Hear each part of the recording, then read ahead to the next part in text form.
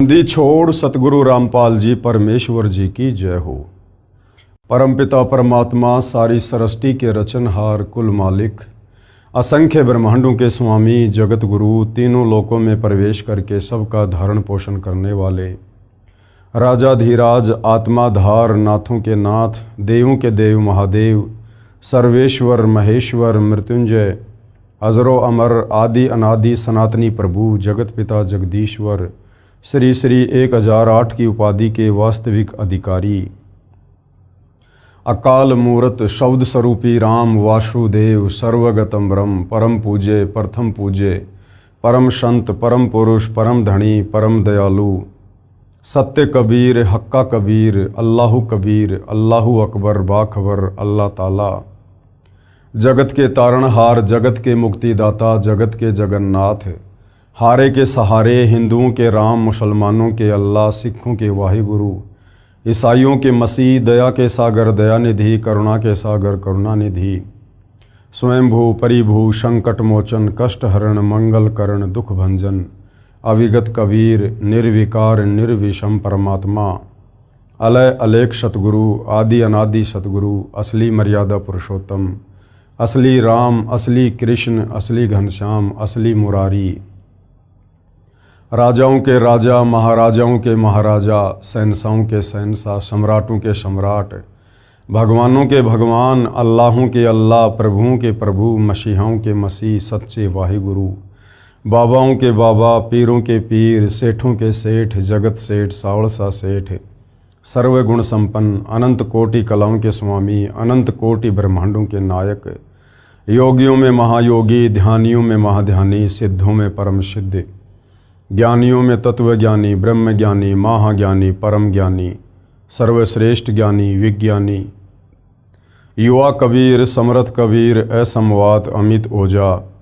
सच्चे रहनुमा करीम अल्लाह सुबहान अल्लाह दुनिया के अंतिम पैगंबर 8 सितंबर 1951 से गांव धनाना जिला सोनीपत हरियाणा भारतवर्ष की पावन भूमि पे प्रकट रियल कल्कि भगवान श्री नारायण साकार हरि श्री बाबा साहेब नूर अनंत परमात्मा सच्चे दरवेश सच्चे बाखबर संत श्रोमणी सतगुरु रामपाल जी परमेश्वर जी के चरण कमल में आप और हम सभी भाई बहनों का अनंत कोटि दंडवत प्रणाम।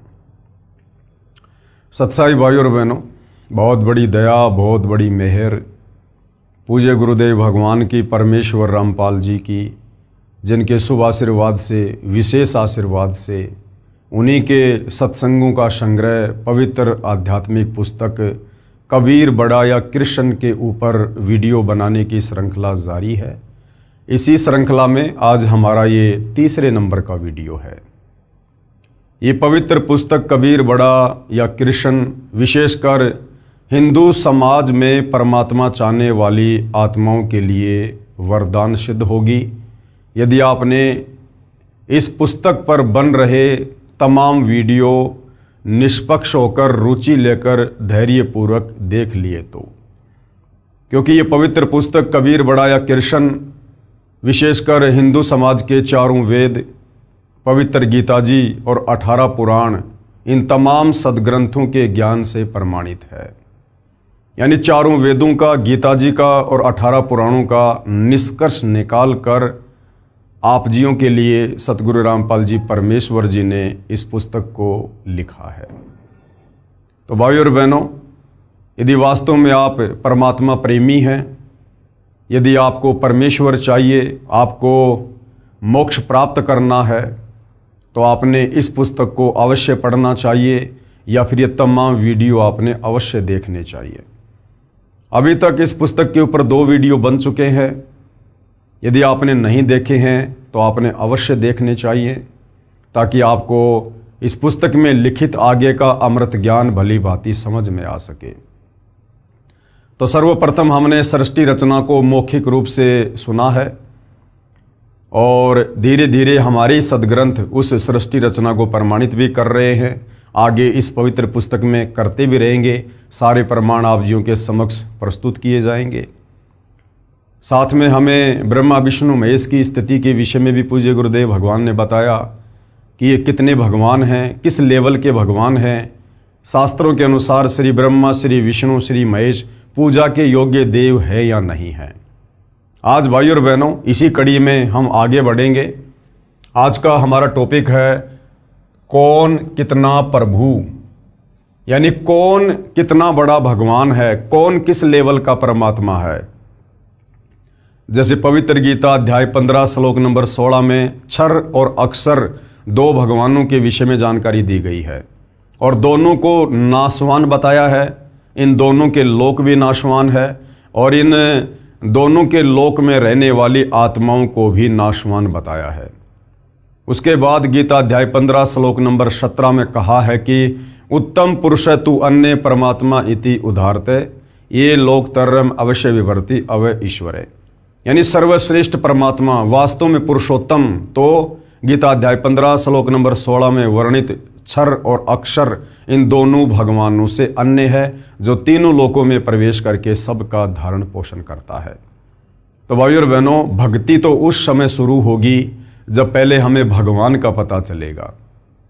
हिंदू समाज में हमारे तत्व ज्ञानहीन नादान धर्म गुरुओं ने तरह तरह के भगवान बनाए हुए हैं, प्रसिद्ध किए हुए हैं। 33 करोड़ देवी देवताओं की पूजा करवाई जाती है। आज तक हमारे धर्मगुरु हमें एक परमेश्वर के विषय में नहीं बता पाए कि वो सर्वशक्तिमान एक परमपिता परमेश्वर कौन है, जिन्होंने सारी सृष्टि को रचा है, जो कुल का मालिक है। तो भाइयों और बहनों, जब तक हमें ये पता नहीं चलेगा कि हम जिन भगवानों को भगवान मानकर पूज रहे हैं वो वास्तव में भगवान है या नहीं, वो पूजा के योग्य है या नहीं, वो वास्तव में सर्वशक्तिमान है या नहीं। मान लीजिए आपने गाय की आवश्यकता है, आप गाय लेने के लिए जा रहे हैं और गाय के विषय में आपको पता ही नहीं गाय कैसी होती है, और कोई आपको गाय की जगह गधी पकड़ा दे, आप तो उसको लेकर आ जाओगे, तो आप तो ठगे गए।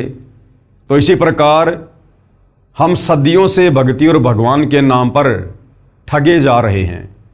हमें आज तक कोई भगवान के विषय में बताने वाला नहीं मिला कि भगवान कैसा है।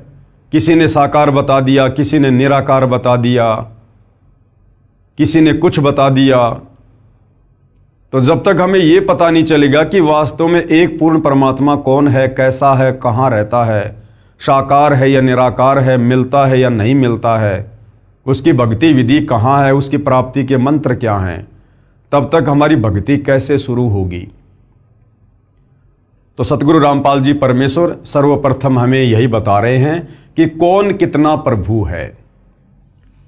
इस पुस्तक में श्री ब्रह्मा जी, श्री विष्णु जी, श्री शिव जी, श्री देवी दुर्गा जी, श्री काल ब्रह्म जी यानी क्षर ब्रह्म यानी क्षर पुरुष, और श्री पर ब्रह्म जी यानी अक्षर ब्रह्म यानी अक्षर पुरुष, तथा परम अक्षर ब्रह्म जी यानी परम अक्षर पुरुष यानी संत भाषा में जिसे सत्य पुरुष कहते हैं, की यथा स्थिति बताई है, जो संक्षिप्त में इस प्रकार है। यानी ब्रह्मा विष्णु महेश, ब्रह्मा विष्णु महेश की माता देवी दुर्गा, ब्रह्मा विष्णु महेश के पिता काल ब्रह्म जिसको क्षर पुरुष ज्योति निरंजन भी कहते हैं। उसके बाद अक्षर पुरुष जो सात संग ब्रह्मांड का स्वामी है, और उसके बाद परम अक्षर ब्रह्म, परम अक्षर पुरुष, सत्य पुरुष यानी कबीर देव। तो इनमें सर्वशक्तिमान सर्वश्रेष्ठ प्रभु कौन है, ये शास्त्रों से ही हमें गुरुदेव भगवान निष्कर्ष निकालकर बता रहे हैं। परम अक्षर ब्रह्म यानी कबीर देव, जिसका वर्णन गीता अध्याय 8 श्लोक 3, 8, 10 तथा 20 और 22 में, तथा गीता अध्याय 2 श्लोक नंबर 17, गीता अध्याय 15 श्लोक नंबर 17, गीता अध्याय 18 श्लोक 46, 61, 62, 66 में है। जिसकी शरण में जाने के लिए गीता ज्ञान बोलने वाले ने अर्जुन को कहा है। गीता बोलने वाला कौन है? ये काल ब्रह्म है, ब्रह्मा विष्णु महेश का पिता है, जो महाभारत के युद्ध के दौरान श्री कृष्ण जी के शरीर में प्रवेश करके गीता जी का ज्ञान बोल रहा है। तो इस गीता ज्ञानदाता काल ब्रह्म ने अर्जुन को क्या कहा है परम अक्षर ब्रह्म के विषय में, परमेश्वर के विषय में? कहा है कि उसकी शरण में जाने से परम शांति यानी जन्म मरण से छुटकारा मिलेगा तथा शाश्वत स्थानम यानी सनातन परम धाम यानी अविनाशी लोक यानी सतलोक प्राप्त होगा। कौन कह रहा है? गीता का ज्ञान देने वाला भगवान अपने से अन्य उस परम अक्षर ब्रह्म सत्य पुरुष कबीर देव की ओर संकेत कर रहा है इन तमाम गीता जी के श्लोकों में कि अर्जुन, मैं सर्वश्रेष्ठ परमात्मा नहीं हूं, मैं सर्वश्रेष्ठ प्रभु नहीं हूं। यदि तुझे वास्तव में जन्म और मरण से छुटकारा प्राप्त करना है, अगर तुझे अविनाशी धाम सतलोक जाना है, जहां जाने के बाद साधक लौटकर वापस इस गंदे लोक 21 ब्रह्मांड में नहीं आता है, तो तू उस परमेश्वर की शरण में जा। कौन से परमेश्वर की शरण में? उस कबीर देव की शरण में। यह कुल का मालिक है, वो कबीर परमेश्वर ही कुल का मालिक यानी सारी सृष्टि को रचने वाला सर्व सृष्टि का मालिक है। फिर गीता अध्याय 18 श्लोक 62 में इसी की शरण में जाने के लिए गीता ज्ञानदाता ने कहा है। श्लोक 66 में कहा है कि सर्वधर्मान यानी मेरे स्तर की सर्व धार्मिक क्रियाओं को परित्यज्य माम यानी मुझ में त्याग कर तू एकम यानी उस कुल के मालिक एक परमेश्वर की शरणम यानी शरण में व्रज यानी जा। अहम यानी मैं, तवा यानी तुझे, सर्व यानी सब, पापे भे यानी पापों से, मोक्षयामी यानी मुक्त कर दूंगा, मां शुच यानी शोक ना कर। कौन कह रहा है? गीता अध्याय 18 श्लोक नंबर 62 में गीता ज्ञानदाता काल ब्रह्म अर्जुन से कह रहा है कि अर्जुन, सर्वधर्मान परित्यज्य माम एकम शरणम व्रज अहम तवा सर्व पापे भे मोक्षयामी मा शुच। कि अर्जुन, तू मेरे स्तर की जितनी भी भक्ति कमाई है, धार्मिक अनुष्ठानों की कमाई है, वो तू मुझ में समर्पित कर दे और उस एकम जिसके समान कोई दूसरा ना हो, जिसकी शरण में जाने के लिए बार बार गीता ज्ञानदाता अर्जुन को कह रहा है कि एकम शरणम व्रज, तो उस अद्वितीय एक परमपिता परमेश्वर सर्वश्रेष्ठ भगवान की शरण में जा। मैं तुझे सब पापों से मुक्त कर दूंगा, तू शोक मत कर। तो गीता ज्ञानदाता जो हिंदुओं का भगवान है, परमात्मा है, वो अपने से अन्य किसी और सर्वश्रेष्ठ परमात्मा परम अक्षर ब्रह्म कबीर देव की शरण में जाने को अर्जुन को कह रहा है। तो फिर विचार करो, वर्तमान में उस गीता ज्ञानदाता की शरण में रहकर, जो कि काल ब्रह्म है, जिसका ओम मंत्र है, फिर भला उसकी शरण में रहकर हम कैसे मुक्ति प्राप्त कर सकते हैं, जो खुद अपने से अन्य किसी और को सर्वश्रेष्ठ परमात्मा बता रहा है। यह एक परमेश्वर, सबका मालिक, सबसे बड़ा समर्थ कबीर जी है, जो काशी बनारस शहर भारत देश में जुलाहे की लीला किया करता तथा यथार्थ व संपूर्ण अध्यात्मिक ज्ञान सूक्ष्म वेद को बताया करता था। 650 साल पहले वो कबीर परमात्मा, वो परम अक्षर ब्रह्म, सर्वश्रेष्ठ परमात्मा समर्थ प्रभु बनारस के काशी शहर में प्रकट हुए। 120 वर्ष तक लीला करते हुए उन्होंने 5वें वेद सूक्ष्म वेद का ज्ञान दिया। अध्यात्म के विषय में जो कंप्लीट ज्ञान चारों वेदों में नहीं है, गीता जी में नहीं है, 18 पुराणों में नहीं है, किसी भी धर्म के धर्मशास्त्रों में नहीं है, उस ज्ञान को देने के लिए वो परम अक्षर ब्रह्म सत्य पुरुष कबीर देव सतलोक से चलकर स्वयं ही पृथ्वी पर प्रकट होता है। इसी ने, किसने? इस कबीर परमेश्वर ने सर्व ब्रह्मांडों की रचना की है। इसी ने क्षर पुरुष, अक्षर पुरुष, ब्रह्मा, विष्णु, महेश, देवी दुर्गा समेत सर्व जीव आत्माओं की उत्पत्ति की है, जो आप और हमने सृष्टि रचना में पहले पढ़ लिया है कि सभी जीव आत्माओं की उत्पत्ति इसी कबीर परमेश्वर ने अपने वचन से सतलोक में की है। यह तथ्य इतना सत्य जानो जैसे आज से लगभग 400 वर्ष पूर्व एक वैज्ञानिक ने बताया था कि पृथ्वी अपने अक्ष यानी धुरी पर घूमती है, जिसके घूमने से दिन तथा रात बनते हैं। उस समय सब मानते थे कि सूर्य पृथ्वी के चारों ओर घूमता है, जिस कारण से दिन तथा रात बनते हैं। संसार के सब मानव का यही मत था। इस झूठ को इतना सत्य मान रखा था कि उस वैज्ञानिक का विरोध करके फांसी पर चढ़वा दिया। आज वह 400 वर्ष पूर्व वाली बात सत्य साबित हुई। सूर्य घूमता है, ये झूठ सिद्ध हुई। यानी पृथ्वी ही घूमती है और पृथ्वी के घूमने के चलते दिन और रात बनते हैं। जिस वैज्ञानिक ने यह बात बताई थी 400 साल पहले, अन्य लोगों ने उसे फांसी पर चढ़वा दिया, ये कहकर कि पृथ्वी के घूमने से दिन रात नहीं बनते, सूर्य पृथ्वी के चारों तरफ घूमता है इसलिए दिन और रात बनते हैं। सत्य कहने वाले उस वैज्ञानिक को फांसी पे चढ़वा दिया। आज वही सत्य भाई और बहनों सृष्टि रचना को लेकर, इन ब्रह्मा विष्णु महेश की समर्थता को लेकर, दुर्गा और काल की समर्थता को लेकर, शास्त्र अनुकूल साधना को लेकर सतगुरु रामपाल जी सन 1994 से बता रहे हैं।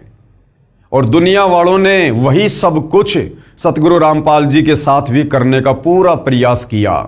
2006 में करोथा कांड, 2014 में बरवाला कांड, आज भी लगातार संघर्ष जारी है, परंतु बिगाड़ कुछ नहीं पाए। क्यों? क्योंकि सतगुरु रामपाल जी यदि कोई सामान्य व्यक्ति होते, कोई सामान्य संत होते, तो शायद अब तक इनको भी फांसी पे चढ़वा दिया जाता उस वैज्ञानिक की तरह। परंतु दुनिया ऐसा नहीं कर पा रही, क्योंकि ये स्वयं कबीर देव है, कबीर परमेश्वर है, परम अक्षर ब्रह्म है, और ये वर्तमान का समय इन्होंने स्वयं ही निर्धारित किया हुआ है भक्ति के लिए, मोक्ष के लिए। और परमेश्वर जो ठान लेता है उसमें अड़ंगा भले ही दुनिया अड़ाकर अपने कर्म फोड़ सकती है, परंतु परमेश्वर के उस निर्धारित समय में वो किसी प्रकार का बदलाव नहीं कर सकती है। वर्तमान में काशी के जुलाहे कबीर को कुल का मालिक बताना इतना सत्य है जितना 400 वर्ष पहले पृथ्वी को अपनी धुरी पर घूमना बताना था। आप पाठक जन इस पुस्तक को पढ़कर मान लोगे कि वास्तव में कबीर जुलाहा पूर्ण परमात्मा है। Kabir is complete God. Satlok, Alakhlok, Agamlok तथा अकैलोक यानी अनामी लोक, इन 4 लोकों का समूह अमर लोक यानी सनातन परम धाम कहलाता है। इन चारों अमर लोकों में कबीर जी की राजधानी है। उनमें तख्त यानी सिंहासन बने हैं। उस सिंहासन के ऊपर बैठकर परमेश्वर कबीर जी राजा की तरह सिर के ऊपर मुकुट तथा छत्र आदि से शोभा पाता है। शतलोक में सत्य पुरुष कहलाता है, अलख लोक में अलख पुरुष कहलाता है, और अगम लोक में अगम पुरुष तथा अनामी लोक में अनामी पुरुष की पदवी प्राप्त है। जैसे भारत देश का प्रधानमंत्री जी देश का एकमात्र शासक है, प्रधानमंत्री जी अपने पास कई विभाग भी रख लेता है। उनके डॉक्यूमेंट पर हस्ताक्षर करता है तो मंत्री लिखा जाता है। प्रधानमंत्री कार्यालय के दस्तावेज पर हस्ताक्षर करता है तो प्रधानमंत्री लिख जाता है। व्यक्ति वही होता है। कबीर परमेश्वर विशेषकर सतलोक यानी सत्य लोक में बैठकर सब नीचे व ऊपर के लोकों को संभालते हैं। इसलिए सतलोक का विशेष महत्व हमारे लिए है। उसमें सत्य पुरुष पद से जाना जाता है, यानी सतलोक में सिंहासन पर विराजमान होने के चलते कबीर परमेश्वर को सत्य पुरुष की संज्ञा दी गई है। इसलिए सत्य पुरुष शब्द हमारे लिए अधिक मायने रखता है। सत्य पुरुष का मतलब है कबीर देव, कबीर परमात्मा। जैसे प्रधानमंत्री जी का शरीर का नाम अन्य होता है, ऐसे सत्य पुरुष यानी परम अक्षर ब्रह्म का नाम कबीर है। सत्य पुरुष यानी कबीर जी की सत्ता अक्षर पुरुष के 7 संग ब्रह्मांडों पर तथा अक्षर पुरुष के ऊपर भी है, तथा क्षर पुरुष यानी काल तथा इसके 21 ब्रह्मांडों के ऊपर भी है। इसलिए परम अक्षर ब्रह्म को वासुदेव यानी सब जगह पर अपना अधिकार रखने वाला कहा गया है। कबीर परमेश्वर जी को वासुदेव कहा गया है। वेदों में कबीर परमेश्वर का नाम वासुदेव है। वासुदेव का मतलब होता है जिसकी सत्ता, जिसका साम्राज्य सबके ऊपर है। तो सृष्टि रचना में हमने पढ़ा कि अक्षर पुरुष को 7 संग ब्रह्मांड कबीर परमात्मा ने ही दिए, और इस काल को 21 ब्रह्मांड भी कबीर परमात्मा ने ही दिए। इसलिए कबीर परमेश्वर वास्तव में वासुदेव है, क्योंकि इनकी सत्ता काल और अक्षर पुरुष के सर्व ब्रह्मांडों के ऊपर है।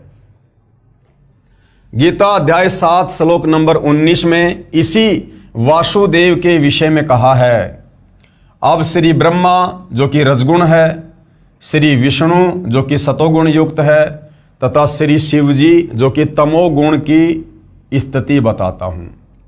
गुरुदेव कहते हैं कि अब आपको श्री ब्रह्मा, श्री विष्णु, श्री महेश की स्थिति से परिचित करवाता हूं कि ये किस लेवल के भगवान हैं, ये कितने समर्थ हैं। अभी हमने कबीर परमेश्वर की समर्थता के विषय में पढ़ा कि कबीर परमेश्वर सर्व सृष्टि के मालिक हैं, सर्व ब्रह्मांडों के रचयिता हैं, इनकी सत्ता सर्व ब्रह्मांडों के ऊपर है, इसलिए इनको वासुदेव भी कहा जाता है। इनके बराबर और कोई शक्ति सृष्टि में नहीं है। अब ब्रह्मा विष्णु महेश कितने समर्थ हैं, किस लेवल के भगवान हैं, ये कितने वासुदेव हैं, ये कितने भगवान हैं, कितने ब्रह्मांडों के ऊपर इनका साम्राज्य है, अब गुरुदेव भगवान हमें ये बताएंगे। क्षर पुरुष यानी काल रूपी ब्रह्म के 21 ब्रह्मांड हैं। एक ब्रह्मांड में 3 लोकों पृथ्वी लोक, स्वर्ग लोक तथा पाताल लोक में श्री ब्रह्मा जी, श्री विष्णु जी तथा शिव जी एक एक कार्य के स्वामी हैं, प्रभु हैं। जैसे एक प्रांत में यानी एक राज्य में एक मुख्यमंत्री होता है जो प्रांत का मुखिया होता है, अन्य मंत्रीगण उसके अधीन होते हैं तथा मुख्यमंत्री जी देश के प्रधानमंत्री जी के अधीन होता है। ऐसे ही क्षर पुरुष यानी काल ज्योति निरंजन अपने प्रत्येक ब्रह्मांड में मुख्यमंत्री रूप में है तथा श्री ब्रह्मा जी रजगुण विभाग के, श्री विष्णु जी सतगुण विभाग के तथा श्री शिव जी तमगुण विभाग के मंत्री हैं। केवल 3 लोकों यानी पृथ्वी लोक, स्वर्ग लोक तथा पाताल लोक के प्रभु हैं, मालिक हैं। यानी कितनी कम शक्ति रखते हैं श्री ब्रह्मा, श्री विष्णु और श्री महेश, ये पूज्य गुरुदेव भगवान ने हमें बताया है। ये जो काल ब्रह्म है ये 21 ब्रह्मांड का स्वामी है और इसने एक ब्रह्मांड में सृष्टि को चला रखा है, बाकी 20 ब्रह्मांड इसके खाली रहते हैं। उस एक ब्रह्मांड में केवल 3 लोक, पृथ्वी लोक, पाताल लोक, स्वर्ग लोक, केवल इन 3 लोकों में श्री ब्रह्मा विष्णु महेश एक एक विभाग के मंत्री हैं। एक ब्रह्मांड में भी श्री ब्रह्मा विष्णु महेश का पूरा साम्राज्य नहीं है। उस एक ब्रह्मांड में भी केवल 3 लोकों पर पृथ्वी, पाताल और स्वर्ग, और केवल एक एक विभाग के ऊपर इनका आधिपत्य है। श्री ब्रह्मा जी रजोगुण विभाग के मंत्री हैं, श्री विष्णु जी सतोगुण विभाग के मंत्री हैं और श्री शंकर जी तमोगुण विभाग के मंत्री हैं। श्री ब्रह्मा विष्णु महेश की केवल इतनी समर्थता है, ये केवल इतने प्रभु हैं, इतने भगवान हैं। यानी 21 ब्रह्मांड का मुख्यमंत्री समझो इनका पिता काल ब्रह्म है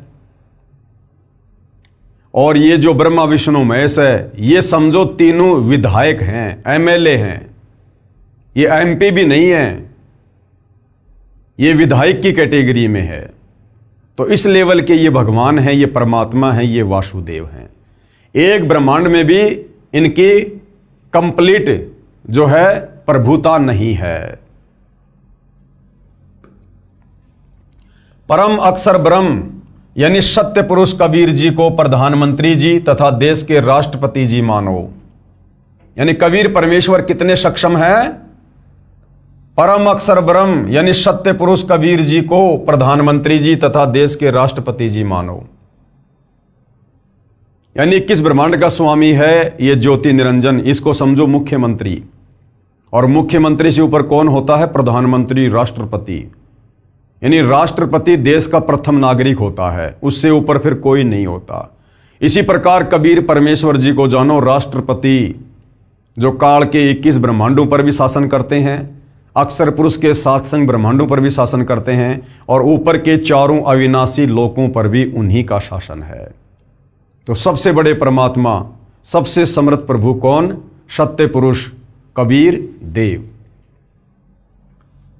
अब आप जी समझ लें कि कबीर बड़ा है या कृष्ण। गुरुदेव कहते हैं अब आपकी समझ में आ जाना चाहिए कि वास्तव में कबीर जी बड़े हैं या फिर श्री कृष्ण जी बड़े हैं। तो कहाँ कबीर जी और कहाँ श्री कृष्ण जी, कहाँ देश का राष्ट्रपति और कहाँ एक विधायक, एक एमएलए। दिन और रात का अंतर है उनकी शक्ति में, उनकी प्रभुता में। श्री कृष्ण जी व श्री रामचंद्र जी स्वयं विष्णु हैं जो भिन्न भिन्न रूपों में जन्मे थे। श्री विष्णु जी की स्थिति ऊपर बता दी है। संत गरीबदास जी को परमेश्वर कबीर जी स्वयं मिले थे, उनको ऊपर के ब्रह्मांडों में लेकर गए थे, सब देवों की स्थिति से अवगत करवाया था, अपने सतलोक में भी लेकर गए थे, अपनी स्थिति से भी अवगत करवाया था, फिर वापस पृथ्वी के ऊपर छोड़ा था। तब संत गरीबदास जी ने बताया है कि क्या बताया आदरणीय गरीबदास जी ने? गरीब तीन लोक का राज है, ब्रह्मा विष्णु महेश, और ऊंचा धाम कबीर का सतलोक प्रदेश। कि ब्रह्मा विष्णु महेश तो केवल 21 ब्रह्मांडों में, केवल एक ब्रह्मांड में, और तीन लोक पृथ्वी पाताल स्वर्ग, इन तीनों लोकों में केवल एक एक विभाग के मंत्री हैं, रजोगुण सतोगुण तमोगुण। और कबीर परमेश्वर ये कुल मालिक है, सबसे ऊंचा धाम कबीर का सतलोक प्रदेश। गरीब अनंत कोटि ब्रह्मांड का एक रति नहीं भार, और सतगुरु पुरुष कबीर है ये कुल के सृजनहार। काल के 21 ब्रह्मांड, अक्षर पुरुष के सातसंग ब्रह्मांड, ऊपर के चारों लोक, उनमें अनंत द्वीप, सारी रचना इस कबीर परमेश्वर ने स्वयं की है। अधिक जानकारी आगे इसी पुस्तक में पढ़ेंगे।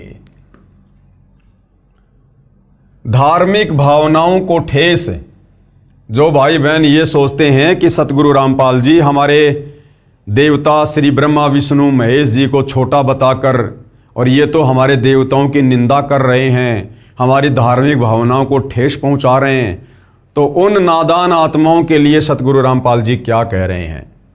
यदि कोई सज्जन पुरुष, स्त्री या पुरुष, उस अंध श्रद्धालु को कहे कि आप जिस देवी देवता को इष्ट मानकर जो साधना कर रहे हो ये गलत है, इससे आपको कोई लाभ नहीं मिलेगा, आपका मानव जीवन नष्ट हो जाएगा, आप देवी देवताओं की पूजा इष्ट मानकर ना करो, आप मूर्ति की पूजा ना करो, आप धामों तथा तीर्थों पर मोक्ष मकसद से ना जाओ, आप श्राद्ध ना करो, पिंडदान ना करो, 13वीं 17वीं क्रिया या अस्थियां उठाकर गति करवाने के लिए मत ले जाओ, आप व्रत मत करो, इसके स्थान पर अन्न जल करने में संयम करो, न अधिक खाओ न बिल्कुल भूखे रहो, आप अपने धर्म के शास्त्रों में बताए भक्ति मार्ग के अनुसार साधना करो। यानी ये सारी की सारी जो क्रिया हैं ये ना करने की हैं, गीता जी मना कर रही है। तो इस विषय में जब किसी व्यक्ति को बताया जाता है, समझाया जाता है, जो व्यक्ति इन देवी देवताओं को इष्ट मानकर पूजा करता है, तो वो लोग क्या कहते हैं? वह अंध श्रद्धावान यदि उस सज्जन पुरुष से कहे कि आप अच्छे व्यक्ति नहीं हो, आपने हमारी धार्मिक भावनाएं आहत की हैं, चला जा यहां से वरना तेरी हड्डी पसली एक कर दूंगा। जोर जोर से शोर मचाने लगता है, उसके शोर को सुनकर उसी क्षेत्र के उसी तरह उन्हीं देवी देवताओं व तीर्थ धामों के उपासकों का हुजूम इकट्ठा हो जाता है और बात धर्म गुरुओं तक पहुंच जाती है। धर्म गुरु भी वही शास्त्र विरुद्ध मनमाना आचरण करने कराने वाले होते हैं। उन धर्म गुरुओं की पहुंच उच्च पद पर विराजमान राजनेताओं तक होती है। उन धर्म गुरुओं के फोन मंत्रियों, मुख्यमंत्रियों या स्थानीय नेताओं को जाते हैं। उच्च पद पर बैठे राजनेता स्थानीय प्रशासन को फोन करके धार्मिक भावना भड़काने का मुकदमा दर्ज करने को कहते हैं। उनके दबाव में प्रशासनिक अधिकारी तुरंत उस सज्जन पुरुष को गिरफ्तार करके मुकदमा बनाकर जेल भेज देते हैं। अब गुरुदेव कहते हैं इसका जीवित उदाहरण बताता हूं आपको कि ये घटना सेम टू सेम किसके साथ घटित हो रही है। ये घटना स्वयं सतगुरु रामपाल जी के साथ घटित हुई है। क्योंकि सतगुरु रामपाल जी सतज्ञान बताते हैं, शास्त्रों के अनुसार ज्ञान बताते हैं, इन देवी देवताओं की स्तुति से भगत समाज को परिचित करवाते हैं और सर्वश्रेष्ठ प्रभु समर्थ परमात्मा कबीर देव की पूजा बताते हैं इष्ट रूप में। तो वो जो अंधश्रद्धावान हैं उनको ये बात हजम नहीं होती है, क्योंकि वो शास्त्रों से अपरिचित होते हैं। वो अपने धर्मगुरुओं को जाकर बताते हैं, धर्मगुरु भी शास्त्र विरुद्ध साधना करवा रहे होते हैं। उन धर्मगुरुओं की जानकारी उच्च अधिकारी प्रशासन में बैठे राजनेताओं से होती है।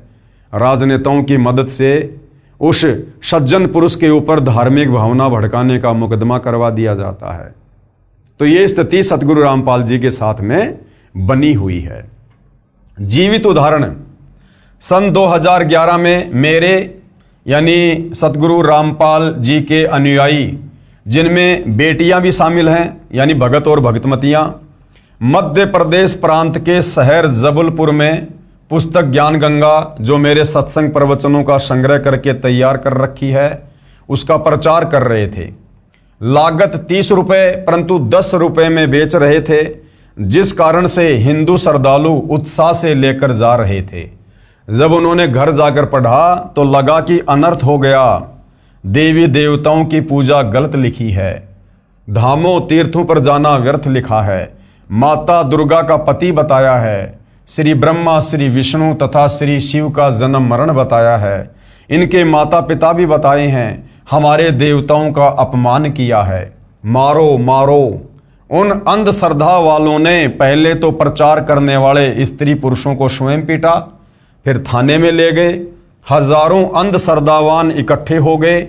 जिला प्रशासन में बेचैनी हो गई, क्योंकि राजनेताओं के फोन स्थानीय डीसी, एसपी, आईजी तथा कमिश्नर के पास आने लगे। हमारे एक अनुयायी ने बताया कि उपायुक्त महोदय यानी डिप्टी कमिश्नर तथा पुलिस अधीक्षक महोदय थाने में आए, पुस्तक ज्ञान गंगा ली, उसको वहीं बैठकर पढ़ने लगे। अधिकारी सुशिक्षित तथा दिमागदार होते हैं, आईपीएस तथा आईएएस, उनको समझते देर नहीं लगी। इस पुस्तक में कुछ भी ऐसा नहीं लिखा है जिससे किसी की धार्मिक भावनाएं आहत होती हों। सब विवरण शास्त्रों से प्रमाणित करके लिखा है। सुबह 10 बजे से शाम के 5 बजे तक अधिकारीगण मुकदमा दर्ज करने से बचते रहे, परंतु उन अंधश्रद्धावानों ने मध्य प्रदेश के विधानसभा के अध्यक्ष ने पुनः फोन पर कहा कि अधिकारी केस दर्ज नहीं करना चाहते। तब विधानसभा अध्यक्ष ने अधिकारियों को धमकाया तो प्रशासन ने मजबूरन धार्मिक भावनाओं को भड़काने का मुकदमा आईपीसी की धारा 295A के तहत दर्ज करके लगभग 35 स्त्री पुरुषों को जेल भेज दिया। मुकदमा नंबर 201 दिनांक 8/5/2011, थाना मदन महल जबलपुर। विधानसभा अध्यक्ष ने अपने पद का दुरुपयोग करके पाप किया, उसका फल भी परमात्मा ने उसे तुरंत दिया। वह विधानसभा अध्यक्ष 2 महीने बाद ही मृत्यु को प्राप्त हुआ। उसका नाम था ईश्वरदास रोहाणी। इस मुकदमे को माननीय हाई कोर्ट जबलपुर में समाप्त करने की अर्जी MCRC नंबर 13577/2013 लगाई, जो माननीय उच्च न्यायालय जबलपुर मध्य प्रदेश ने वह मुकदमा दिनांक 20/7/2017 को खत्म कर दिया, क्योंकि पुस्तक में सर्व ज्ञान शास्त्र प्रमाणित मिला। लेकिन सन 2011 से 2017 तक निचली अदालतों में तारीखों पर तारीखें पड़ी, उन पर सर्व 35 अनुयायी अपना कार्य छोड़कर गए। किराया लगा, दिहाड़ी छोड़ी, वित्तीय नुकसान तथा परेशानी उन अंधश्रद्धावानों के हित के लिए झेली कि वे इस पुस्तक में लिखे शास्त्रों के प्रमाणों को आंखों देखकर शास्त्र विधि रहित साधना त्याग कर शास्त्रोक्त साधना करके अपने जीवन को धन्य बनाएं। क्योंकि श्रीमद् भगवद गीता अध्याय 16 श्लोक 23-24 में प्रमाण है। इन दोनों श्लोकों का वर्णन पुस्तक में आगे किया है, वहां पर हम पढ़ेंगे। अब गुरुदेव कह रहे हैं धार्मिक भावना। अपने धर्म की धार्मिक क्रियाओं तथा परमात्मा से संबंधित पूजा पद्धति के प्रति गहरी आस्था को धार्मिक भावना कहते हैं। धार्मिक भावनाओं को आहत करना, किसी के धर्म में चल रही पूजाओं तथा उसके परमात्मा के ऊपर बिना आधार के कटाक्ष या आलोचना करना धार्मिक भावनाओं को ठेस पहुंचाना है। तर्क वितर्क, किसी विषय पर अपनी राय देना, अन्य की राय का खंडन करना व अपनी का महिमा मंडन करना, अन्य द्वारा अपने सिद्धांत का समर्थन करना, उसके विचारों को गलत बताना, यह तर्क वितर्क है। इसमें किसी ग्रंथ को आधार माना जाए तो समाधान है, अन्यथा झूठा झगड़ा है। लेखक का उद्देश्य, यानी सतगुरु रामपाल जी कह रहे हैं कि इस पुस्तक का जो लेखक है उसका मकसद, उसका उद्देश्य किसी की धार्मिक भावनाओं को ठेस पहुंचाना नहीं है, परंतु शास्त्रों को आधार मानकर तर्क वितर्क किया है। सभी शास्त्रों के प्रमाण को आधार रूप में देकर यथार्थ आध्यात्मिक ज्ञान तथा मोक्ष मार्ग को उजागर किया है। यदि इसे धार्मिक भावनाओं का आहत होना माना जाए तो दुर्भाग्य की बात है। मेरा यानी लेखक का उद्देश्य है कि विश्व के मानव को परमात्मा की खोज में इधर उधर भटकने से बचाकर प्रमाणित तथा लाभदायक शास्त्रोक्त आध्यात्मिक ज्ञान व साधना बताऊं, उनके मानव जीवन की रक्षा करूं। यदि ये धार्मिक भावनाओं को आहत महसूस होगा तो कोई बात नहीं, फिर तो ये करना आवश्यक है। गुरुदेव भगवान कहते हैं, यदि तुम्हारे ही धर्मशास्त्रों से प्रमाणित करके तुम्हें पूजा पाठ भक्ति विधि बताई जा रही है जो बिल्कुल सत्य है, और यदि फिर भी तुम्हें लगता है कि नहीं, हमारी धार्मिक भावनाओं को हमारे देवी देवताओं की निंदा करके जो है भड़काया जा रहा, ठेस पहुंचाई जा रही है, तो गुरुदेव भगवान कहते हैं फिर ये धार्मिक भावनाओं को ठेस पहुंचाना बहुत जरूरी है तुम्हारी आत्मा के कल्याण के लिए। यदि तुमने इस मनुष्य जन्म में शास्त्र अनुकूल साधना नहीं की और यदि मोक्ष से वंचित रह गए तो अगले जन्म में लक 84 में गधे कुत्ते सूअर बनकर घूमोगे। तो तुम्हारे को उस महाकष्ट से बचाने के लिए तुम्हारी उन धार्मिक भावनाओं को ठेस पहुंचाना बहुत जरूरी है, शास्त्रों के आधार पर। उदाहरण दे रहे हैं गुरुदेव। उदाहरण, एक समय एक लड़के ने कुछ बच्चों को पार्क में एक लकड़ी के खंबे पर चढ़ते उतरते खेलते देखा। उसने गली में खड़े बिजली के खंबे पर चढ़ना प्रारंभ किया। एक सज्जन पुरुष ने उसे देखा और दौड़कर उसे ऐसा करने से रोका। बच्चा रोने लगा। माता पिता को बताया कि एक व्यक्ति ने मुझे खेलने से रोका। वह व्यक्ति उसी गली में रहता था। माता पिता उस बच्चे को लेकर उस व्यक्ति के पास गए और कारण जाना तो पता चला कि उस व्यक्ति ने तो बच्चे के जीवन की रक्षा की है। बच्चे के माता पिता गए तो थे झगड़ा करने के मकसद से, परंतु उस व्यक्ति के उपकार का धन्यवाद करके आए। तो अगर जरा भी समझ, अगर जरा भी कॉमन सेंस या बुद्धि अगर पढ़ा लिखा हिंदू समाज रखता है तो सतगुरु रामपाल जी तो महाउपकार का कार्य कर रहे हैं।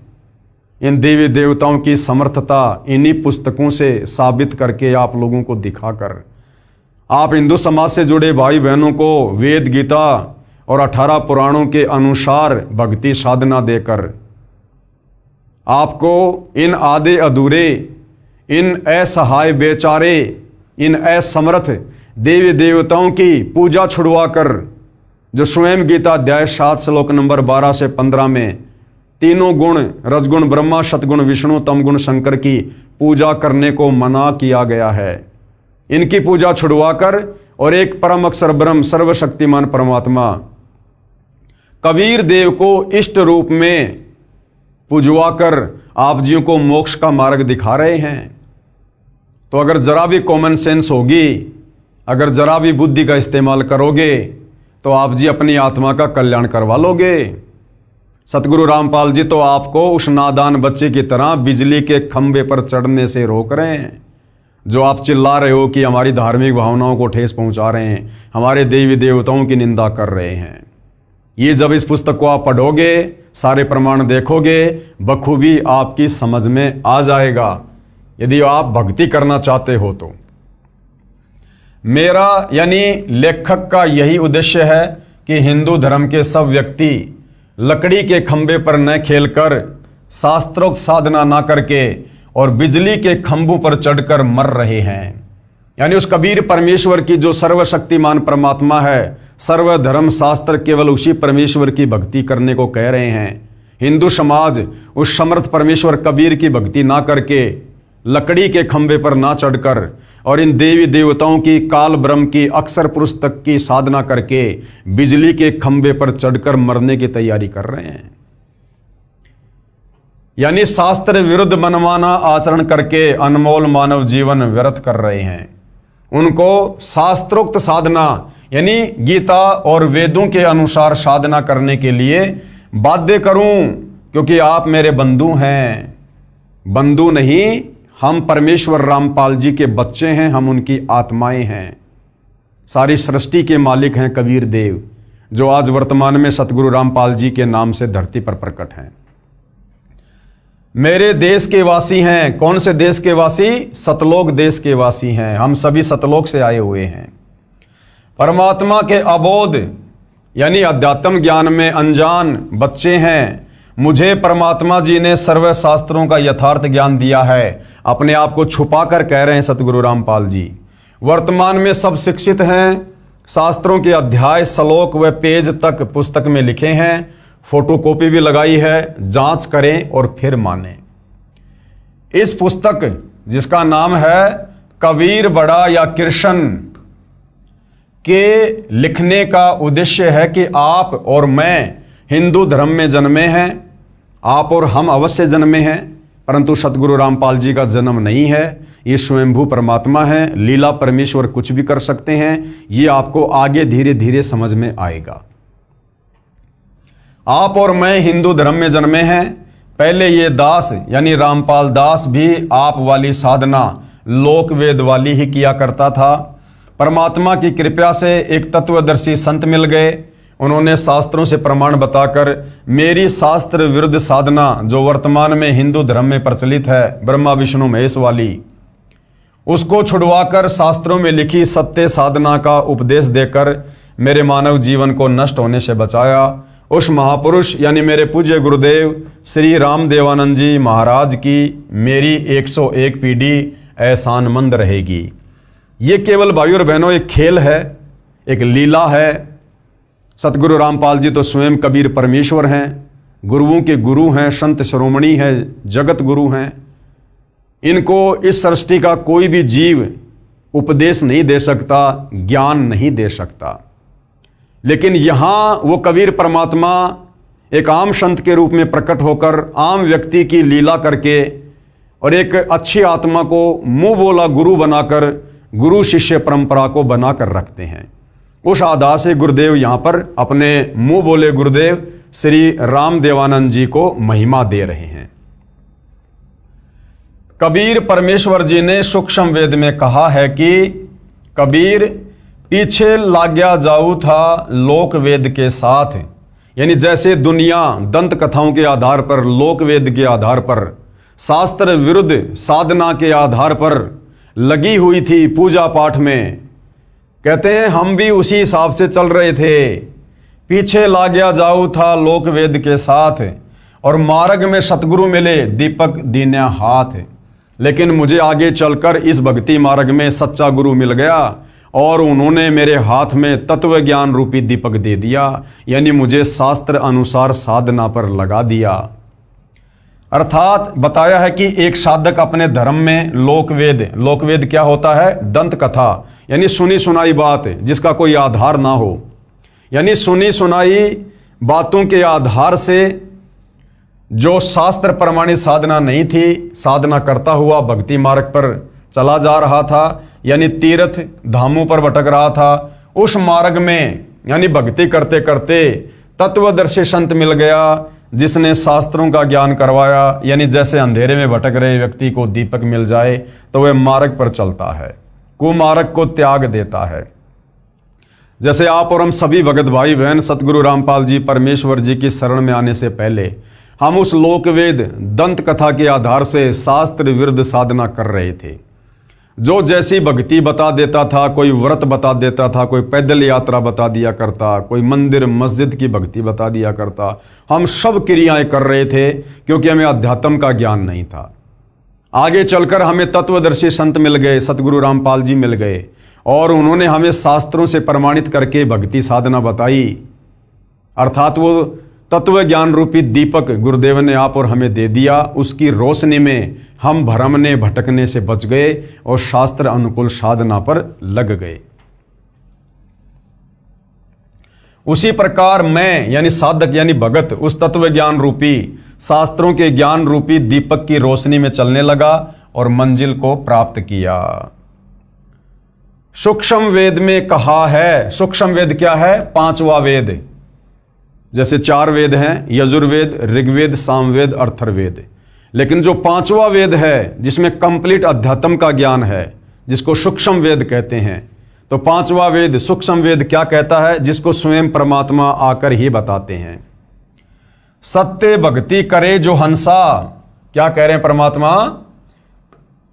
सत्य भक्ति करे जो हंसा, तारों तास के इकोत्तर वंशा। जो भगत तत्वदर्शी संत से उपदेश लेकर शास्त्र अनुकूल साधना करने लग जाता है उसका तो मोक्ष होता ही होता है। पीछे से उसकी 101 पीढ़ी का परमात्मा उद्धार करता है। समय आने पर उनको भी मोक्ष देता है। संत भाषा में इकोत्तर का मतलब होता है 101। तो मालिक कहते हैं सत्य भक्ति करे जो हंसा, हंसा यानी भगत, तारों तास के इकोत्तर वंशा, उसकी 101 पीढ़ियों का उद्धार करूंगा। शब्दार्थ, परमात्मा जी ने कहा है कि जो साधक शास्त्रोक्त सत्य साधना भक्ति करता है तो मैं उसकी 101 पीढ़ी को संसार सागर से पार कर दूंगा, यानी पूरे वंश का मोक्ष कर दूंगा। प्रिय पाठकों, मेरी यानी लेखक की तो 71 पीढ़ी निसंदेह पार होगी। मेरे को दीक्षा देने का अधिकार मेरे पूज्य गुरुदेव श्री राम देवानंद जी ने दिया है। जो भगत भगतमती मेरे से दीक्षा लेकर यानी सतगुरु रामपाल जी से उपदेश लेकर शास्त्र विरुद्ध पुरानी भक्ति साधना त्याग कर और शास्त्रोक्त साधना अपनी आंखों से शास्त्रों में देखकर विश्वास के साथ आजीवन करेगा, वह तथा उसकी इकोत्तर यानी 101 पीढ़ियां भवसागर से पार हो जाएंगी। कृपया विश्वास के लिए पढ़िए इसी पुस्तक के पेज नंबर 445 पर परमात्मा कबीर जी की भक्ति से हुए भक्तों को लाभ अध्याय में। शास्त्रोक्त साधना तथा शास्त्र विधि त्याग कर मनमाना आचरण साधना में क्या अंतर है? क्या कह रहे हैं परमात्मा? एक होती है शास्त्रोक्त साधना, यानी गीता, वेद, कुरान, पुराण, बाइबल, इन सब के अनुसार जो प्रमाणित भक्ति साधना है उसको कहते हैं शास्त्रोक्त साधना, यानी शास्त्र अनुकूल भक्ति साधना। दूसरा होता है शास्त्र विधि त्याग कर मनमाना आचरण, यानी गीता, वेद, कुरान, पुराण, बाइबल के विरुद्ध जो मनमानी भक्ति करता है, मनमाने मंत्रों का जाप करता है, उस साधना में क्या अंतर है? तो सतगुरु रामपाल जी क्या समझा रहे हैं? उत्तर है यह ऊपर बता दिया है कि जो शास्त्र विरुद्ध भक्ति साधना करता है उसको कुछ भी आध्यात्मिक लाभ नहीं होता। गीता अध्याय 16 श्लोक नंबर 23 और 24 की अर्जुन, जो शास्त्र विधि को त्याग कर मनमाना आचरण करता है उसको ना तो परम सिद्धि प्राप्त होती है ना परम गति प्राप्त होती है, अर्थात उसको कोई आध्यात्मिक लाभ नहीं होता। शास्त्र अनुकूल साधना करने से सर्व लाभ मिलते हैं। जैसे वर्तमान में सतगुरु रामपाल जी के द्वारा प्रदान की जा रही शास्त्र अनुकूल साधना से उनके भक्तों को अद्वितीय आध्यात्मिक और भौतिक लाभ प्राप्त हो रहे हैं। अब गुरुदेव कहते हैं शंका, कुछ व्यक्ति कहते हैं कि रामपाल जी श्री ब्रह्मा जी, श्री विष्णु जी तथा श्री शिव जी की पूजा छुड़वाता है। तो गुरुदेव भगवान क्या समाधान कर रहे हैं? ये सरासर गलत है। मैं यानी लेखक इन देवताओं को शास्त्रोक्त साधना करने के मूल मंत्र देता हूं। गुरुदेव कहते हैं मैं किसी देवी देवता की भक्ति पूजा नहीं छुड़वाता, मैं तो आप लोगों को आप ही के धर्मशास्त्रों से प्रमाणित करके इन देवताओं के सच्चे मंत्र देता हूं, मूल मंत्र, बीज मंत्र। जैसे श्रीमद् भगवद गीता अध्याय 15 श्लोक 1 से 4 तथा 16-17 में कहा है कि यह संसार ऐसा जानो जैसे पीपल का वृक्ष उल्टा लटका है, ऊपर को मूल यानी जड़ तो परम अक्षर पुरुष है यानी कबीर देव है, तथा तना अक्षर पुरुष है, उससे मोटी डार निकली है वह क्षर पुरुष यानी काल ब्रह्म है, जिसे ज्योति निरंजन भी कहते हैं।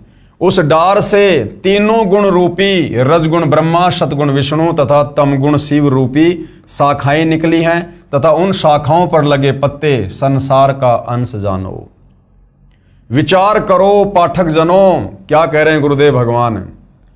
हम आम का पौधा वन विभाग की नर्सरी से लाकर जमीन में गड्ढा बनाकर रोपेंगे, उसकी जड़ की सिंचाई करेंगे।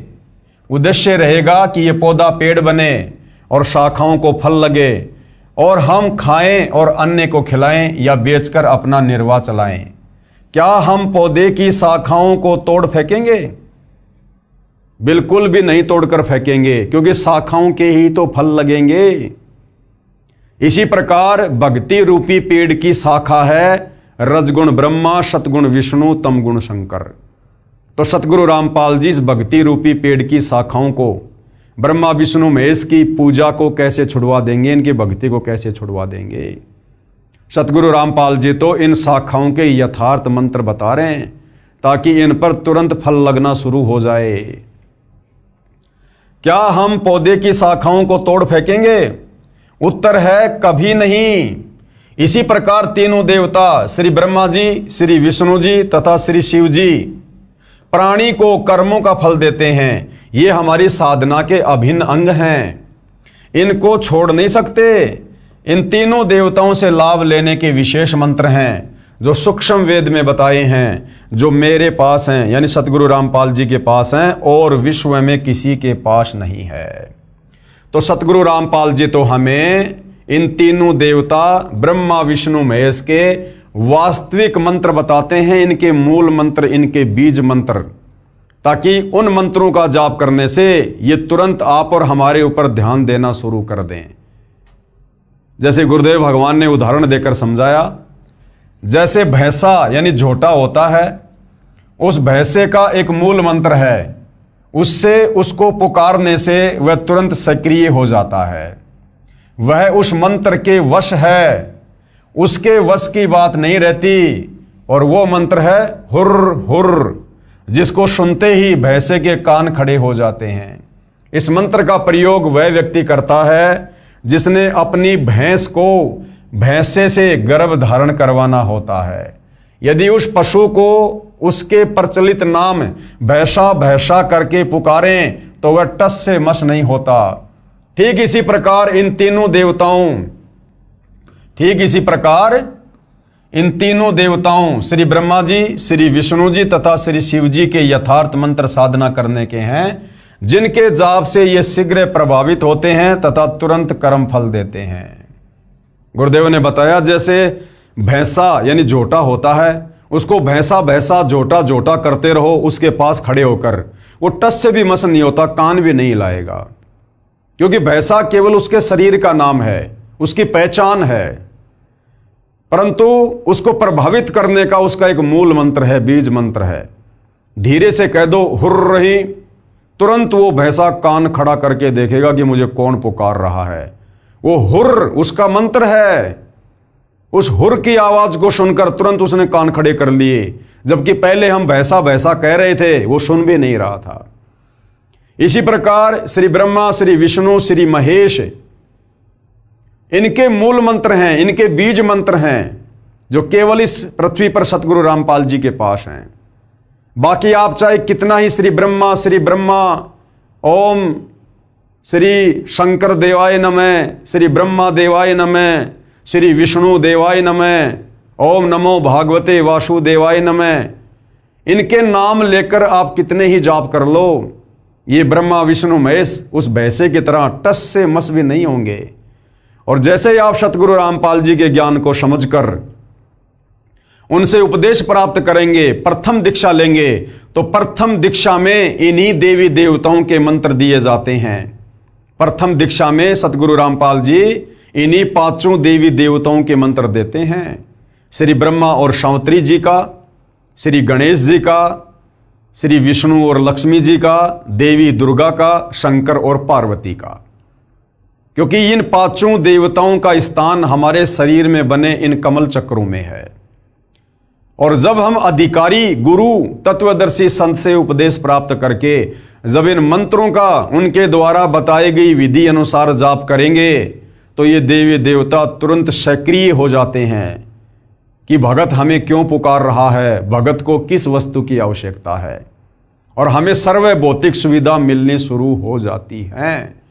तो सतगुरु रामपाल जी श्री ब्रह्मा, श्री विष्णु, श्री शंकर जी की भक्ति छुड़वाते नहीं हैं, बल्कि इनके यथार्थ मंत्र जो शास्त्र प्रमाणित है वो हमें देते हैं ताकि हम भक्ति मार्ग पर इनसे लाभ प्राप्त कर सकें। हमने पूजा मूल परम अक्षर ब्रह्म यानी परमेश्वर को इष्ट रूप मानकर करनी है। यानी हमने पूजा तो करनी है कबीर परमेश्वर की, और कोई पूजा के योग्य समर्थ भगवान सृष्टि में नहीं है। परंतु इस पूजा की पद्धति में ये तीनों देवता भी इस साधना का अभिन्न अंग हैं। जिस प्रकार हमने यदि आम के पौधे से आम प्राप्त करने हैं तो हमने पूजा तो करनी पड़ेगी जड़ों की, हमने पानी खाद डालना पड़ेगा उस आम के पेड़ की जड़ों में, परंतु फल तो शाखाओं को लगेंगे।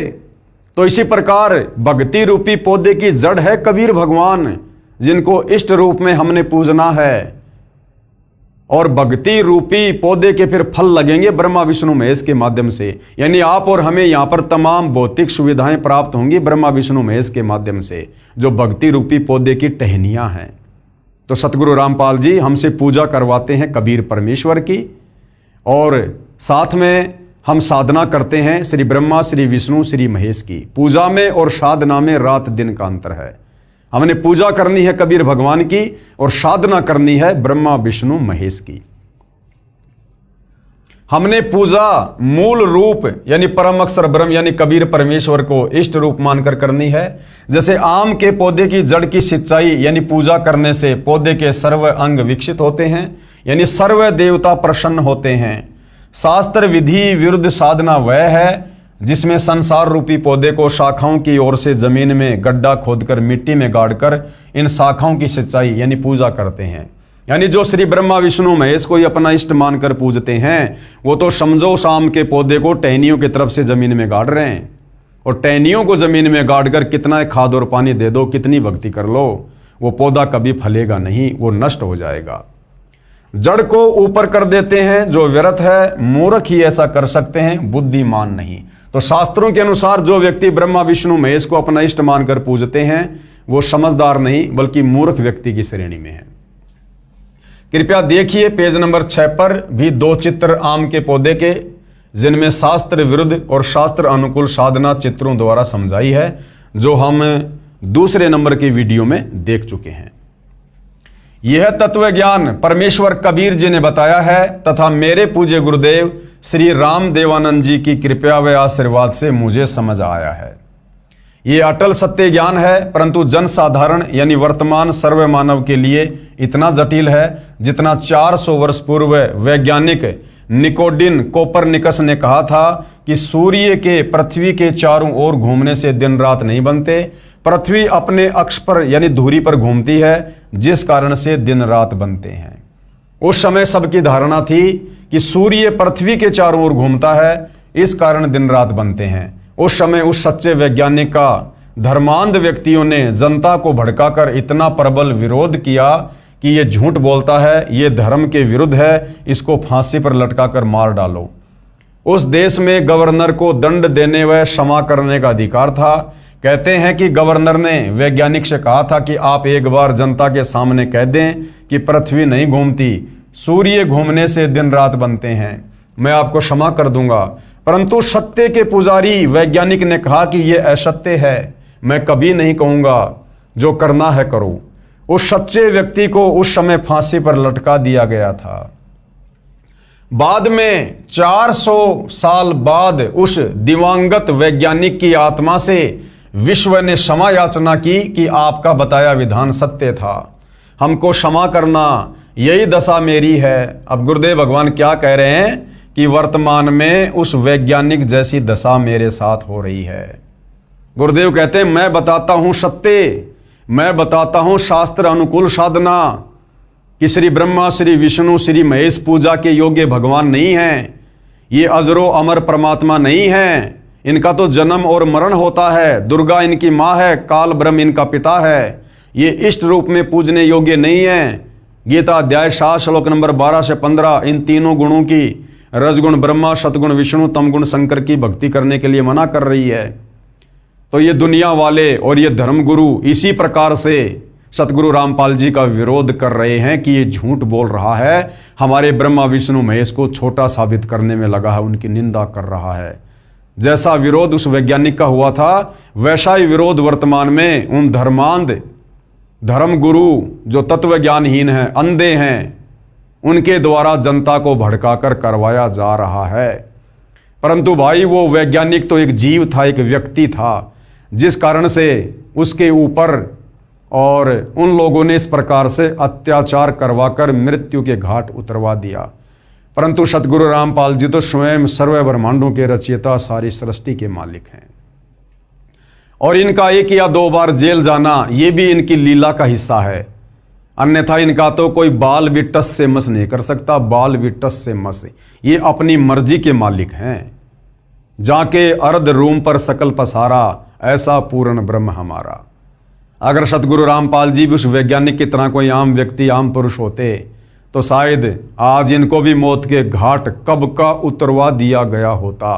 परंतु ये तो सर्वशक्तिमान परमेश्वर हैं, जिस कारण से ना तो उन नादान शास्त्र विरुद्ध साधकों की कोई चली और ना उनके अंधे धर्म गुरुओं की पार बसाई, इतना प्रयास करने के बावजूद भी। तो गुरुदेव कह रहे हैं कि वर्तमान में यही दशा मेरी है।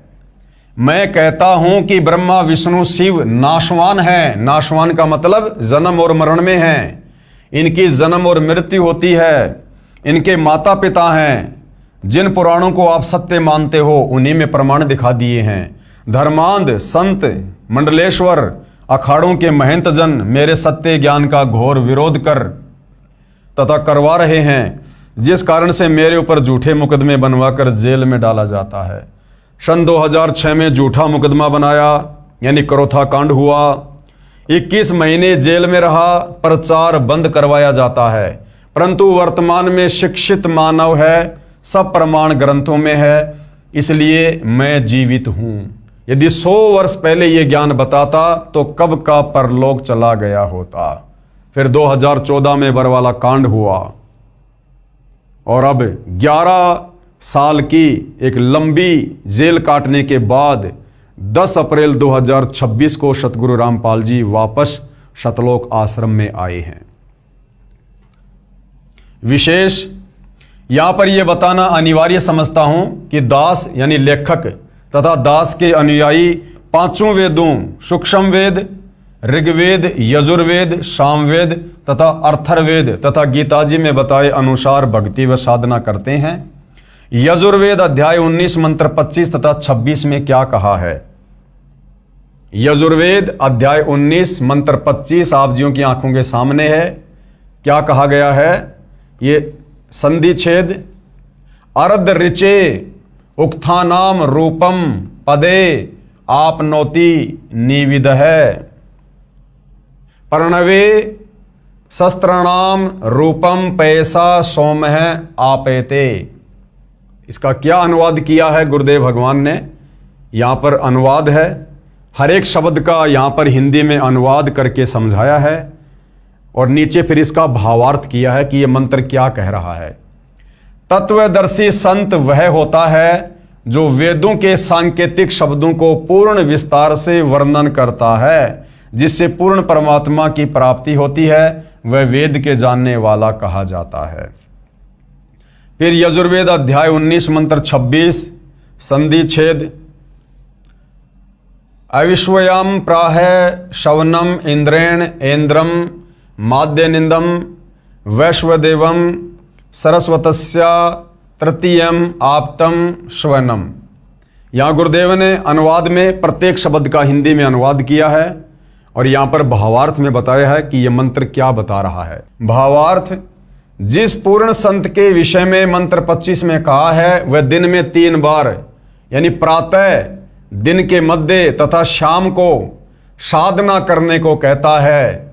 सुबह तो पूर्ण परमात्मा की पूजा, दोपहर को सर्व देवताओं को सत्कार के लिए तथा शाम को संध्या आरती आदि को अमृतवाणी के द्वारा करने को कहता है। वह सर्व संसार का उपकार करने वाला होता है। यानी त्रिकाल संध्या जो हमारे वेदों में वर्णित है कि वो जो तत्वदर्शी संत होगा, जो 3 समय की आरती अपने भक्तों को देगा, सुबह, दोपहर और शाम को, समझ लेना वो तत्वदर्शी संत, वो धीरनाम संत, वो विश्व का उपकार करने वाला होगा। और वर्तमान में भाइयों और बहनों, ये जो त्रिकाल संध्या है, दिन में 3 समय की जो आरती है, आजकल आप जी भविष्य मालिका को लेकर बहुत सारे वीडियो देख रहे होंगे जिसमें बार बार त्रिकाल संध्या का जिक्र किया जाता है कि आने वाले विनाशकारी समय में यदि किसी को बचना है और यदि आने वाले सतयुग में किसी ने प्रवेश करना है तो त्रिकाल संध्या करते रहना होगा। लेकिन उन बेचारे भविष्य मलिका वालों के पास में त्रिकाल संध्या नहीं है। वो केवल त्रिकाल संध्या का नाम जानते हैं। वास्तव में त्रिकाल संध्या क्या है, कैसे होती है, कौन देता है, ये उन्हें नहीं पता है। तो ये त्रिकाल संध्या सतगुरु रामपाल जी के पंथ में है और उनके भगत दिन में 3 बार इसे प्रतिदिन करते हैं। जैसा कि इन वेद मंत्रों में स्पष्ट किया है कि तत्वदर्शी संत शास्त्रों के सांकेतिक शब्दों को ठीक से समझता व समझाता है, गूढ़ रहस्यों को उजागर करता है, 3 समय की स्तुति प्रतिदिन करने को कहता है यानी त्रिकाल संध्या करने को कहता है, स्वयं भी करता है तथा अनुयायियों से भी करवाता है। हम यानी लेखक तथा मेरे अनुयायी 3 समय सुबह, दोपहर तथा शाम को स्तुति यानी आरती करते हैं। दोपहर को 12 बजे के बाद विश्व के सर्व देवी देवताओं की स्तुति यानी सम्मान आरती करते हैं। पूजा परम अक्षर ब्रह्म की करते हैं। पूजा हम केवल कबीर देव की करते हैं, बाकी सम्मान सबका करते हैं। जैसे देश के राजा यानी प्रधानमंत्री जी को मुखिया रूप में विशेष सम्मान देते हैं तथा अन्य मंत्रियों व अधिकारियों को भी नमस्कार करते हैं, वे अच्छे नागरिक होते हैं। इसी प्रकार हम पूजा तो परम अक्षर ब्रह्म यानी कबीर देव की करते हैं तथा सम्मान सबका करते हैं। श्री ब्रह्मा, श्री विष्णु, श्री महेश, श्री दुर्गा, काल ब्रह्म, अक्षर पुरुष, सम्मान हम सबका करते हैं। परंतु हमारे जो पूज्य देव हैं वो हैं कबीर परमेश्वर। प्रमाण के लिए दोपहर की स्तुति के कुछ अंश यानी त्रिकाल संध्या के अंतर्गत जो दोपहर की आरती है, जो 12 बजे से लेकर विशेष तौर पर दिन के 2 बजे तक करने का विधान है, तो जो दोपहर की आरती है उसको असुर निकंदन रमेणी कहते हैं संत भाषा में, जो हम सभी सतगुरु रामपाल जी के फॉलोवर करते हैं। तो दोपहर की जो असुर निकंदन रमेणी है उसकी कुछ वाणियां यहाँ पूज्य गुरुदेव भगवान ने लिखी हैं, उन वाणियों को हम पढ़ेंगे। सत्य पुरुष समर्थ ओंकारा, अदली पुरुष कबीर हमारा, आदि युगादि दया के सागर, काल कर्म के मोचन आगर। दुख भंजन दरवेश दयाला, असुर निकंदन कर पैमाला। आब खाक पावक और पौना, गगन सुन दरियाई दोना। धर्म राय दरबानी चेरा, सुर असुरों का करे निबेरा। सत का राज धर्म राय करही, अपना किया सभय दंड भरही। शंकर शेष और ब्रह्मा विष्णु, नारद सारद जा उर रसनम। गौरीज और गणेश गोसाई, कारज सकल सिद्ध हो जाई। जो कहते हैं ना कि सतगुरु रामपाल जी ब्रह्मा विष्णु महेश की साधना छुड़वाते हैं, निंदा करते हैं, हम सभी सतगुरु रामपाल जी के भगत सतगुरु रामपाल जी के द्वारा दी गई दोपहर की आरती में इन सभी देवी देवताओं का नाम लेकर इनका आदर सत्कार करते हैं। तो देखिएगा, शंकर शेष, शंकर यानी महादेव, शेष यानी शेषनाग, ब्रह्मा जी विष्णु जी, नारद यानी नारद, सारद यानी शारदा, गौरीज यानी गौरीजा पार्वती, और गणेश गोसाई कारज सकल सिद्ध हो जाई, यानी इनकी साधना करने से भगत के सारे कार्य सिद्ध हो जाते हैं। ब्रह्मा विष्णु और शंभु शेषा तीनों देवा दयालु हमेशा। सावित्री और लक्ष्मी गौरा ये तीनों देवताओं की धर्म पत्नियां हैं। श्री ब्रह्मा जी की पत्नी सावित्री, विष्णु जी की पत्नी लक्ष्मी और शंकर जी की पत्नी गौरा। सावित्री और लक्ष्मी गौरा तीहू देवा सिर कर हैं चौरा। लील नाभ से ब्रह्मा आए, यानी विष्णु जी की नाभि कमल से ब्रह्मा जी की उत्पत्ति हुई, और आदि ओम के पुत्र कहे। आदि ओम यानी ये काल ब्रह्म। शंभु मनु ब्रह्मा की शाखा, स्वयंभू मनु जो ब्रह्मा जी का मानस बेटा था। ऋग यजु श्याम अथर्वन भाषा, उसने चारों वेदों को पढ़ा। पीवरत भया उतानम पाता, जाके ध्रुव आत्म ज्ञाता। सनक सनंदन संत कुमारा, चार पुत्र अनुरागी धारा। ये ब्रह्मा जी के मानस पुत्र हैं। 33 कोटि कला विस्तारी, ये 33 करोड़ देवी देवताओं के विषय में, और 88 मुनिजनधारी। कश्यप पुत्र सूरज सुरज्ञानी, 3 लोक में किरण समानी। 60,000 संगी बाल खेलम, बीना रागी अजब बलेलम। 3 कोटि योद्धा संग जाके, शिकबंदी है पूर्ण साके। हाथ खड़ग गल पुष्प की माला, कश्यप सुत है रूप विशाला। ये सूर्य के पुत्र हैं कश्यप जी, ये उनके विषय में बताया जा रहा है। कौस्तभ मणि जड़ा विमान तुम्हारा, सुर नर मुनिजन करत जुहारा। चंद सुर चकवे पृथ्वी माही, निश्वासर चरणों चितलाही। पीठे सूरज सन्मुख चंदा, काटे त्रिलोकी के फंदा। तारायण सब स्वर्ग समूलम, पखे रहे सतगुरु के फूलम। जय जय ब्रह्मा समर्थ स्वामी। देखिएगा श्री ब्रह्मा जी को समर्थ परमात्मा की संज्ञा दी गई है।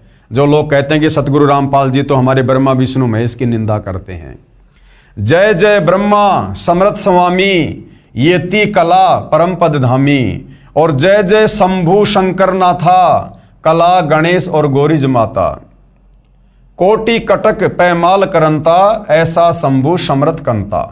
चंद लिलाट सुर संगीता, योगी शंकर ध्यान उदिता। नील कंठ सोहे गरुड़ासन, शंभु योगी अचल सिंहासन। गंग तरंग छूटे बहुदारा, और अजप्पा तारी जय जयकारा। रिद्धि सिद्धि दाता शंभु गोसाई, दारिद्र मोक्ष सबय हो जाई। आसन पद्म लगाए योगी, नी इच्छा निर्वाणी भोगी। ये शंकर जी के बारे में बताया जा रहा है। सर्प भुवंग गले रुंडमाला, और व्यरसव चढ़िए दीन दयाला। यानी शंकर जी अपने गले में सर्पों की माला डाल के रहते हैं, और व्यरसव यानी बैल के ऊपर जो है वो सवारी करते हैं। वामे कर त्रिशूल विराजे, यानी श्री शंकर जी उल्टे हाथ में त्रिशूल धारण करते हैं, और दहने कर सुदर्शन साजे। सुन अरदास देवन के देवा, श्री शंकर जी को यहाँ पर देवताओं के सुप्रीम देवता की संज्ञा दी गई है। सुन अरदास देवन के देवा, शंभु योगी अलख अभेवा। तू पैमाल करे पलमाही, ऐसे समरथ शंभु शाही। 1 लख योजन धौजा फरके, पचरंग झंडे मोहरे राखे। काल भद्र करत देव बुलाऊं, शंकर के दल सब ही ध्याऊं। भैरों खित्तर पाल पलितम, भूत और दैत चढ़े संगीतम। राक्षस भंजन बिरद तुम्हारा, यानी राक्षसों का नाश करना श्री शंकर जी का जो है ये परम कार्य है। ज्यों लंका पर पदम 18, कोट्यों गंधर्व कमंद चढ़ावे, शंकर दल गिनती नहीं आवे। मारे हाक दहाक चिंगारे, अग्नि चकर बाणों तनजारे। कंप्या शेष धरनी थर्रानी, जा दिन लंका घाली घानी। तुम शंभु ईसन के ईसा, और व्यरसव चढ़िए विश्वे बीसा। यानी भगवानों का भगवान बताया है यहाँ पर श्री शंकर जी को। इंद्र देवताओं का राजा इंद्र, धन का देवता ये कुबेर, और जल का देवता वरुण। इंद्र कुबेर और वरुण बुलाऊं, रापती सवेत सिंहासन ल्याऊं। इंद्र दल बादल दरियाई 96 कोटि की हुई चढ़ाई। सुरपति यानी देवताओं का राजा इंद्र, सुरपति चढ़े इंद्र अनुरागी, अनंत पदम गंधर्व बड़भागी। किशन भंडारी चढ़े कुबेरा, अब दिल्ली मंडल बोर्यों फेरा। वरुण विनोद चढ़े ब्रह्मज्ञानी, कला संपूर्ण 12 बानी। धर्मराय आद युगादि चेरा, 14 कोटि कटक दल तेरा। चित्रगुप्त के कागज माही, और जेता उपजा सतगुरु साई। सातों लोकपाल का रासा, उर में धरिए साधु दासा। विष्णु नाथ है असुर निकंदन, यहां श्री विष्णु जी को राक्षसों का नाश करने वाला बताया है। और संतों के सब काटे फंदन, नरसिंह रूप धरे गुरु राया। हिरणाकुश को मारण धाया। शंख चक्र गदा पद्म विराजे, यानी शंकर जी क्या क्या धारण करते हैं। शंख चक्र गदा पद्म विराजे, भाल तिलक जाके उर साजे। वाहन गरुड़, यानी वो किसकी सवारी करते हैं, गरुड़ जी की। वाहन गरुड़ कृष्ण अश्वारा, और लक्ष्मी ढोरे चवर अपारा, लक्ष्मी जी उनके ऊपर चवर करती है। रावण मही रावण से मारे, और सेतु बांध सेना दल तारे। जरा सिंध और बाली खपाए, कंस केसी चानोर हराए। काली दै में नागी नाथा, शिशुपाल चक्र से काटे माथा। काल यवन मथुरा पर धाये, 18 कोटि कटक चढ़ाए। मुचकंद पर पीतांबर डार्या, काल यवन जहां बेगी सिंहार्या। परशुराम 52 अवतारा, कोई न जाने भेद तुम्हारा। शंखासुर मारे निर्वाणी, बरहा रूप धरे परवानी। राम अवतार रावण की बेरा, और हनुमत हाका सुनी सुमेरा। तो ये उस त्रिकाल संध्या के अंतर्गत जो दोपहर की आरती, दोपहर की स्तुति, इन तमाम देवी देवताओं की हम सतगुरु रामपाल जी के फॉलोवर करते हैं। तो ये कुछ वाणियां हैं जो आप जियों के समक्ष प्रस्तुत की गई हैं। अब आगे इन तमाम वाणियों का, यानी वाणी संख्या 1 से लेकर 68 तक का सतगुरु रामपाल जी ने अनुवाद भी किया है।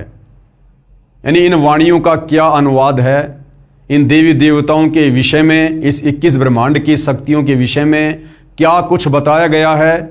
बहुत ही रोचक जानकारी है। आप हिंदू समाज से जुड़े भाई बहनों के लिए बहुत ही नई जानकारी है, जो आज से पहले किसी भी आचार्य और शंकराचार्य ने इस प्रकार से हमें इन देवी देवताओं के विषय में, इनकी लीलाओं के विषय में नहीं बताया है।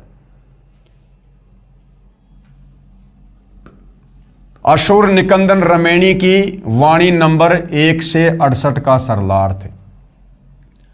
तो भाइयों और बहनों, इन वाणियों के ऊपर विशेष तौर से सतगुरु रामपाल जी ने जो अनुवाद किया है, सरलार्थ किया है, उसके ऊपर ज्ञान चर्चा, साध संगति, सतगुरु महिमा हम कल के वीडियो में करेंगे। यदि आज हम इन वाणियों का सरलार्थ करेंगे तो वीडियो बहुत लंबा हो जाएगा। तो हमारा जो कल का टॉपिक होगा पवित्र पुस्तक कृष्ण बड़ा या कबीर के ऊपर, वो इन्हीं तमाम वाणियों के सरलार्थ को लेकर होगा, जो बहुत ही ज़्यादा महत्वपूर्ण है, इंटरेस्टिंग है और रोचक जानकारी है। तो हिंदू समाज से जुड़े भाई बहनों को ये वीडियो अवश्य देखना चाहिए। इस पवित्र पुस्तक कबीर बड़ा या कृष्ण के ऊपर बन रहे वीडियो अवश्य देखने चाहिए, ताकि हम अपने ही धर्म ग्रंथों से परिचित हों। हम अपने आप को हिंदू कहते हैं, सनातनी कहते हैं, और हमें ये पता नहीं कि हमारे सनातनी ग्रंथों में, हिंदू ग्रंथों में भक्ति और भगवान को लेकर, भक्ति साधना को लेकर, देवी देवताओं की स्थिति को लेकर क्या कुछ लिखा हुआ है। तो भाई और बहनों, जब तक हम अपनी आंखों से इन धर्म शास्त्रों में वर्णित सच्चाई से रूबरू नहीं होंगे, हम कभी भी एक अच्छे भगत नहीं बन सकते। हम कभी भी परमात्मा की भक्ति से होने वाले भौतिक और आध्यात्मिक लाभ प्राप्त नहीं कर सकते। तो सतगुरु रामपाल जी परमेश्वर जी के विषय में निंदा चुगली करके अपने कर्म बिगाड़ने से बेहतर है आप जी एक बार उनके द्वारा लिखित पुस्तकों को पढ़िए, उनके द्वारा किए गए सत्संगों को सुनिए, समझिए।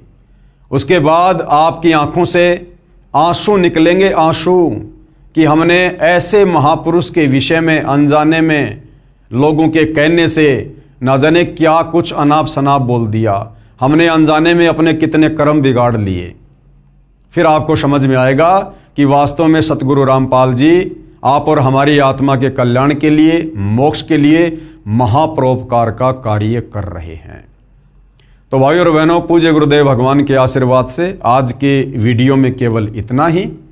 इस पवित्र पुस्तक कबीर बड़ा या कृष्ण में हम कल और आगे बढ़ेंगे, ज्ञान चर्चा होगी। तब तक पूज्य गुरुदेव भगवान हम सबको आज्ञा दे, आशीर्वाद दे, सद्बुद्धि दे, मार्गदर्शन करे, हमें भ्रमने और भटकने से बचाए। बंदी छोड़ सतगुरु रामपाल जी परमेश्वर जी की जय हो।